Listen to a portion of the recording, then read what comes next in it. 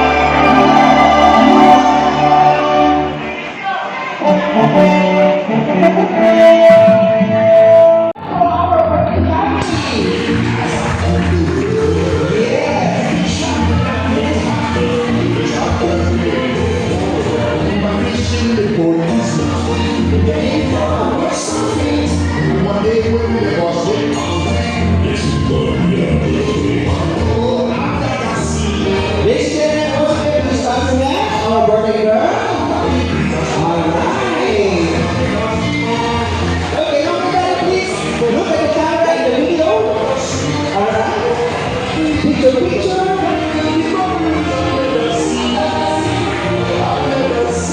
Please remain standing. Okay, for the prayer to be led by.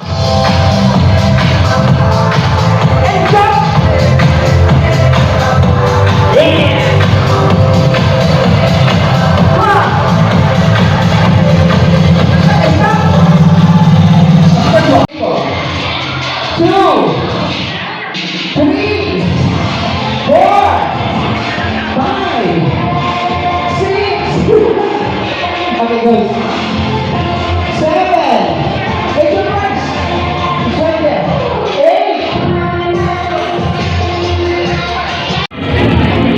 Okay, closer.